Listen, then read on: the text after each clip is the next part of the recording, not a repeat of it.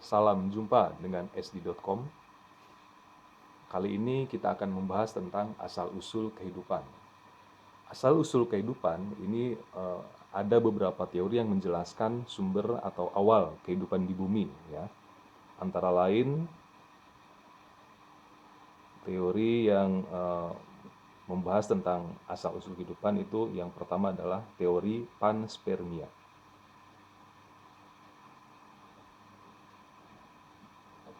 Yang kedua yaitu tentang abiogenesis.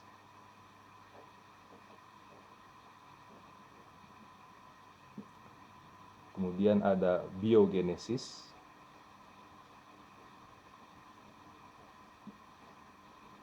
Yang keempat yaitu evolusi kimia.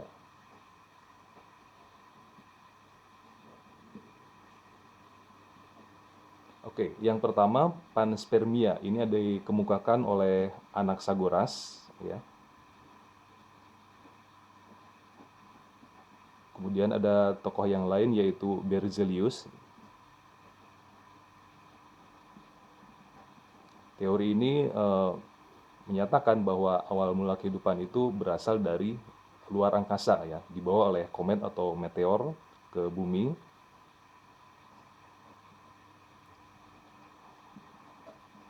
Awal atau sumber kehidupan itu berasal dari luar angkasa.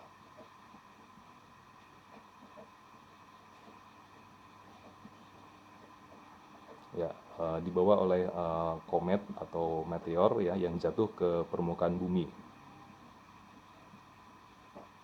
Kemudian yang kedua adalah abiogenesis, ya. Abiogenesis ini dikemukakan oleh Aristoteles.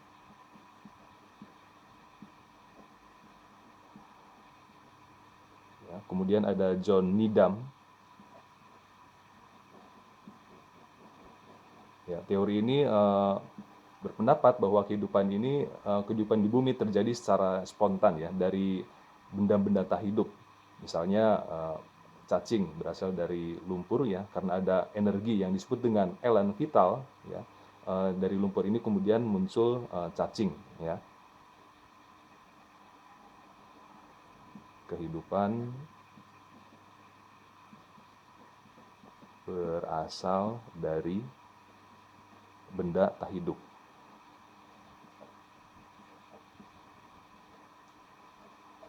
Atau karena terjadi spontan, disebut juga teori ini disebut dengan generatio spontanea, ya.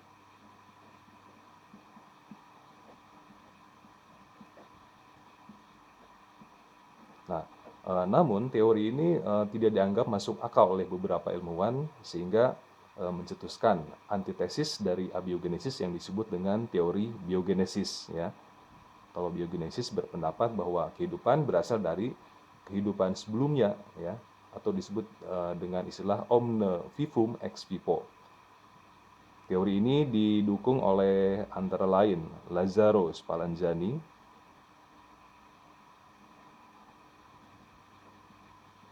kemudian ada Louis Pasteur, ya.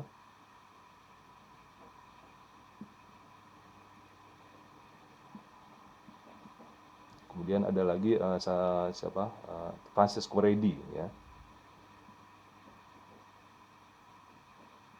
Francesco Redi. Teori ini berpendapat bahwa kehidupan berasal dari kehidupan sebelumnya atau omne vivum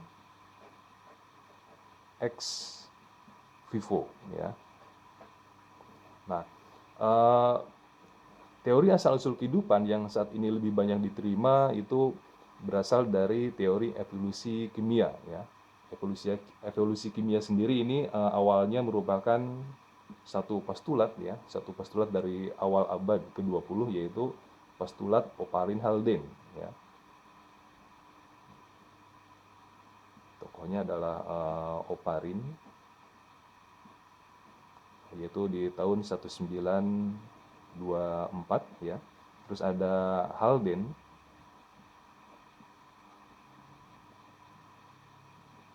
ya.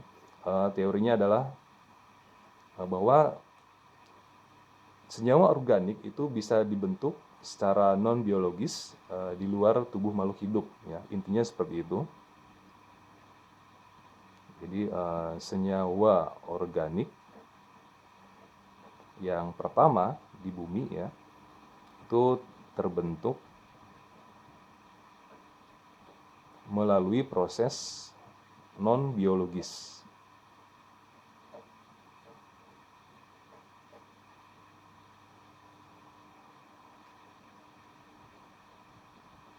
Ya, idenya adalah bahwa pada awal kehidupan di bumi itu terdapat banyak 4 macam jenis gas ya, yaitu ada CH4, kemudian ada NH3, terus H2 dan uap air H2O.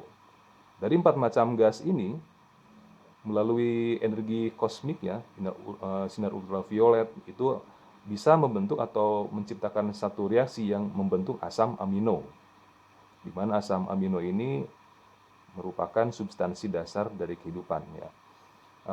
Teori ini di masa sekarang ini banyak disepakati ya, termasuk di Indonesia, karena evolusi kimia ini banyak dikonfirmasi atau terkonfirmasi oleh penemuan lain. Ya, misalnya oleh percobaan yang dilakukan oleh Stanley Miller ya, dan Harold Urey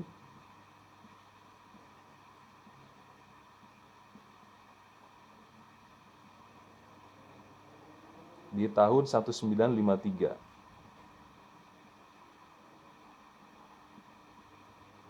Ya, kemudian ada juga penemuan oleh Sidney Fox ya,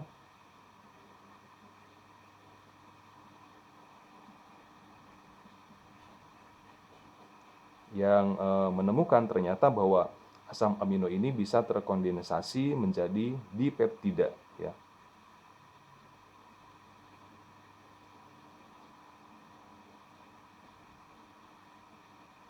Asam amino itu bisa terkondensasi menjadi dipeptida.